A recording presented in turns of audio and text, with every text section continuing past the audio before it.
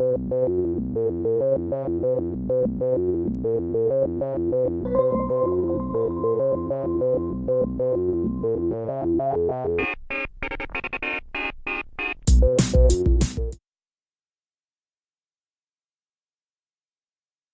and welcome back to the History Hut. I'm Jim. This is Dr. K, and we're continuing our discussion of the peopling of America. So who were the Aztec, and how did they build on the achievements of the earlier Mesoamerican civilizations? Oh, very nice, very thank nice. you. Well, the Aztec don't actually become prominent until very close to the period when you have Europeans on the horizon. So they'd been in Central America, of course, as a people for hundreds of years. They had acted, we hear about them because they'd acted as mercenaries for other groups, but they emerge as a dominant force in about 1430. So remember, this is the same area that had been, Olmec and Maya and Toltec and Teotihuacan, and so they're in there. So they emerge as this dominant force in 1430 after beating a Toltec-Chichimeque alliance known as the Tecpanecs, which is another really good word. Yeah. And after this, they create their own rags to riches story about their love life. Those. Yeah, love those. You gotta have those. I mean, there's no. Is there a movie about it yet? Well, they love that in Hollywood. Didn't Mel Gibson do that horrible Maya one? Oh, he might have. I think so. Yeah. So the rags to riches story, of course, is that they're just a poor, humble people, that they're led out of their homeland Aztlan by their priests, and they head south, and they're told to watch for the signs, and there'll be a sign that will tell them when they should stop. They were supposed to stop when they saw an eagle perched on a cactus eating a snake. So they're not coming north because, there wouldn't be any of that up here. And of course they find this, and this ends up being their capital city, Tenochtitlan. So in short order, they become a really powerful group, and they start to claim descent from the divine feathered serpent god Quetzalcoatl. So Quetzalcoatl. And by 1480, and remember, they're mercenaries that come to prominence by about 1430. So only 50 years later, in 1480, they had 6 million people under their control.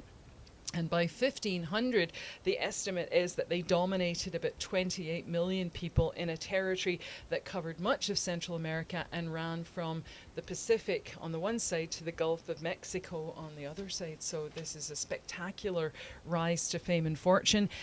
Their capital city is Tenochtitlan. It's an island in Lake Texcoco, and that it's actually quite a splendid sort of place, and it has stone causeways that link it to the surrounding area.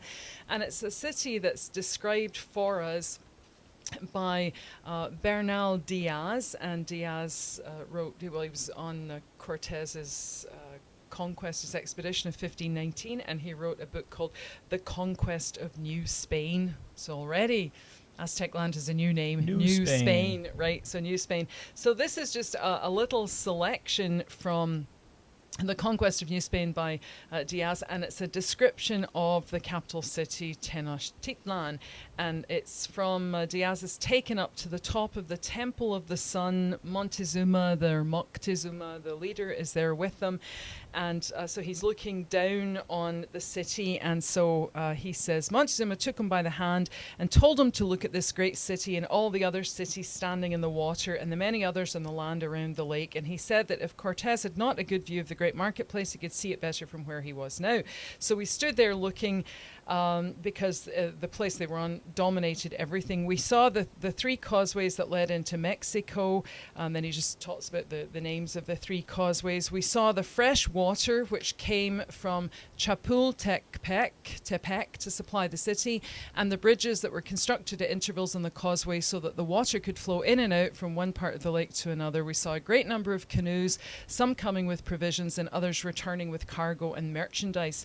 We saw that one could not pass from one house to another of the great city and the other cities that were built in the water except over wooden drawbridges or by canoe. We saw the shrines gleaming.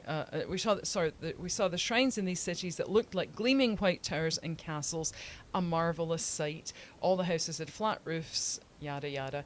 And then he doesn't say yada yada, I said that. And then it just says, some of our soldiers, so they're looking down at the great market, said some of our soldiers who had been in many parts of the world, in Constantinople, in Rome, and all over Italy, had said that they had never seen a market so well laid out, so large, so orderly, and so full of people. So here you are, you know, the Spanish seeing the Aztec capital for the first time. He goes on then later on to talk about the markets and the merchandise, and this is just to give you an example of what's actually there. So he says, let us begin with the dealers in gold, silver, and precious stones, feathers, cloaks, and embroidered goods, and the male and female slaves who are also sold there. And then he says, they bring as many slaves to be sold in that market as the Portuguese bring Negroes from Guinea. Some are brought there attached by long poles by means of collars around their necks, and others are left loose. Next to that, there were those who sold coarser cloth and cotton goods and fabrics made of twisted thread, and there were chocolate merchants with their chocolate. Now, of course, chocolate is one of the things that will go back to the old world from the new world. Didn't have it before that, and they used cocoa beans for currency as well in the Aztec world. So he talks about that. In this way, you can see every kind of merchandise to be found anywhere in New Spain laid out in the same way as goods are laid out in my own district of Medina del Campo, a centre for fairs where each stall has its own particular sort. There were those who sold sisal cloth and ropes and sandals to wear in their feet made from the same plant. They were kept in one part of the market in a place assigned to them, and in another part were the skins of tigers and lions, otters and jackals, deer and badgers, mountain cats and other wild animals, some tanned and some untanned. There were sellers of kidney beans and sage and other vegetables and herbs in another place. In another they were selling fowls and birds with great dewlaps, and rabbits, hares, deers, young ducks, little dogs, and other such creatures. Then there were the fruiterers and the women who sold cooked food, flour and honey cakes and tripe. Then came pottery of all kind, and in big water jars, little jugs displayed in their own place, honey, honey paste, and other sweets like nougat. Elsewhere they sold timbers, boards, cradles, beams, blocks, and benches. And then he just goes on and on to talk about all the other things, the pitch pine for the torches. I must also mention, with all apologies, he said, that they sold many canoe loads of human excrement, which they kept in the creeks near the market. This was for the manufacture of salt and the curing of skins, which they say cannot be done without it. I know that many gentlemen will laugh at this, but I assure them it's true. And then he says that on all the roads they have shelters made of reeds or straw or grass, so they can retire when they wish to do so and purge their bowels unseen by passers-by, and also in order that their excrement not be lost, because it's so valuable. And then he says, if I describe everything in detail, I shall never be done. It sounds to me like Marco Polo describing the city of Hangzhou. Like, this is so fantastic. It's just absolutely unbelievable. It's so much. He talks about the paper that they make.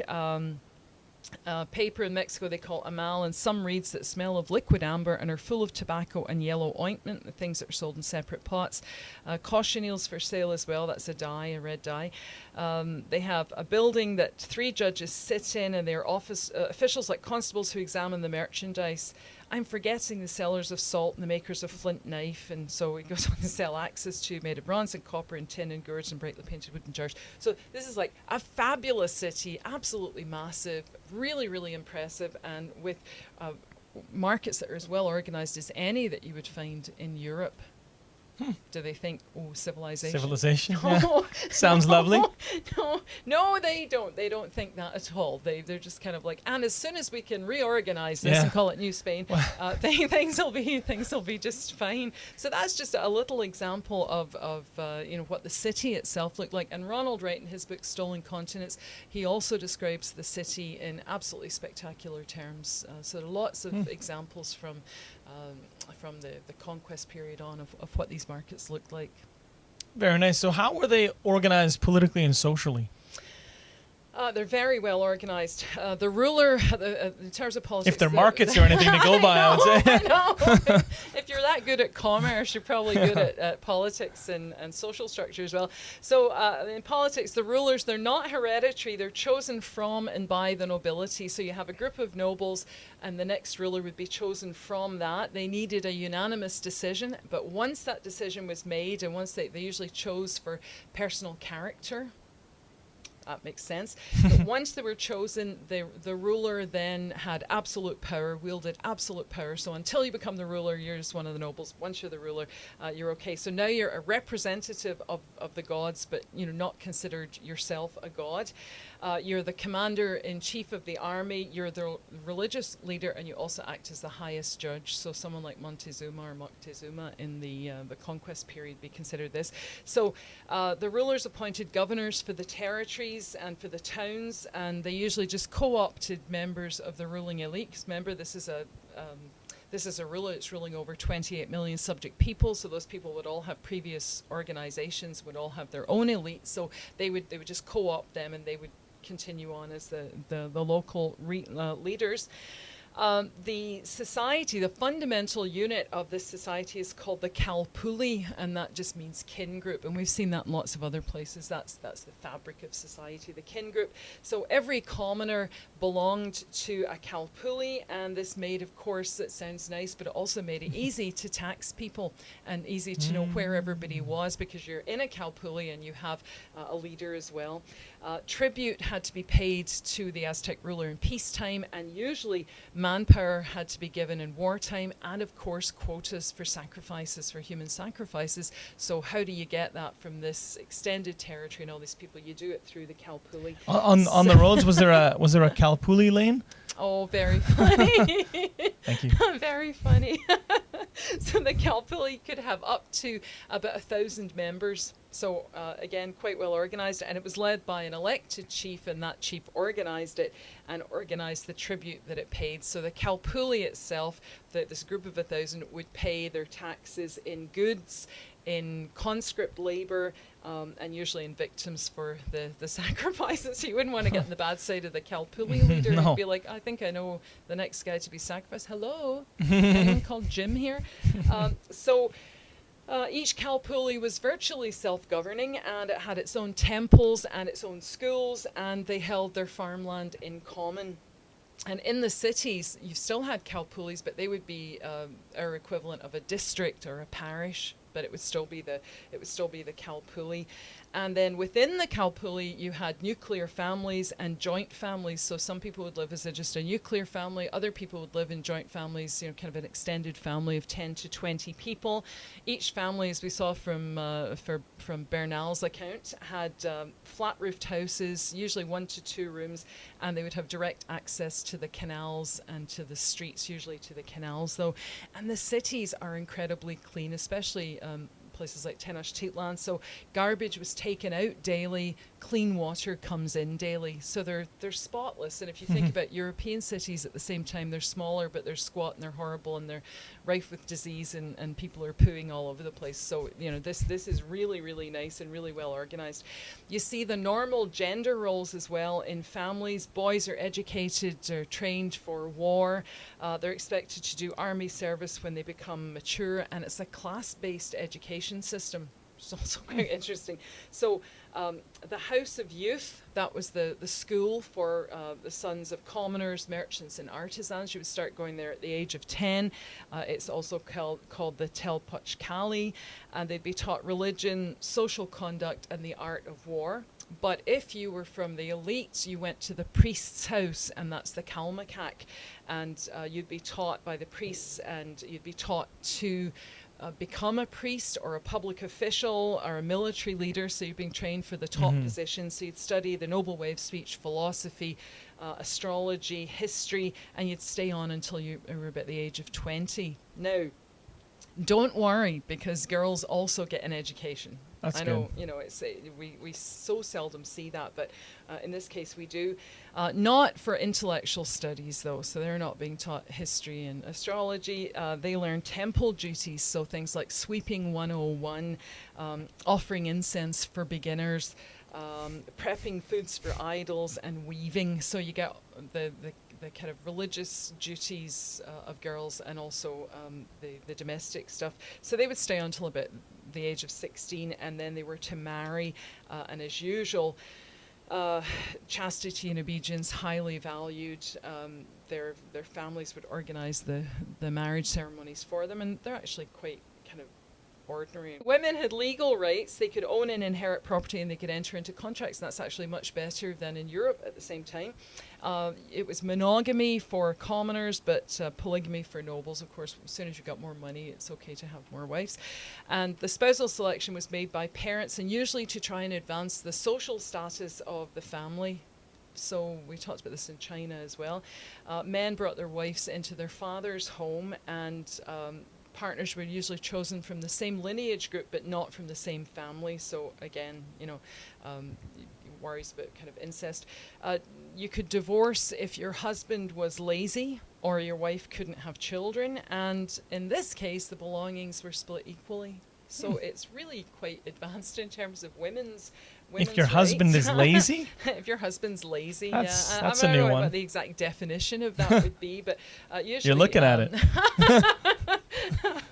well, just prepare for a divorce then. Their judicial system, absolutely incredible. It's very tough. It's like the Yasa, very well thought out. They have a hierarchy of courts, and at the top they have 2 tribunals at the palace because the ruler is the absolute legal head. Death penalty for murder, rebellion, adultery, and cross-dressing, which I've always found kind of interesting because I haven't seen that mentioned in anybody else's death penalty things. So it must have been a big deal. Theft for your first offense, slavery. For your second offense, hanging. So just like not even 3 strikes you're out. It's like 2 and you're gone. Most offenders were punished in public. So most offenders were punished in public, and it would be stoning, hanging, all sorts of things like that.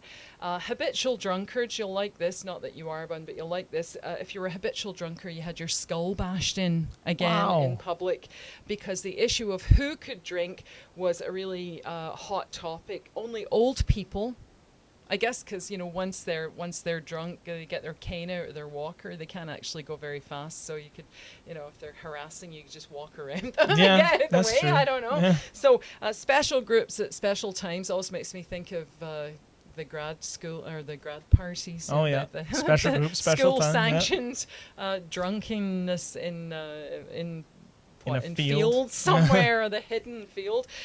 So special groups at special times and old people, and it's a big problem, and it leads to secret binging and binge drinking.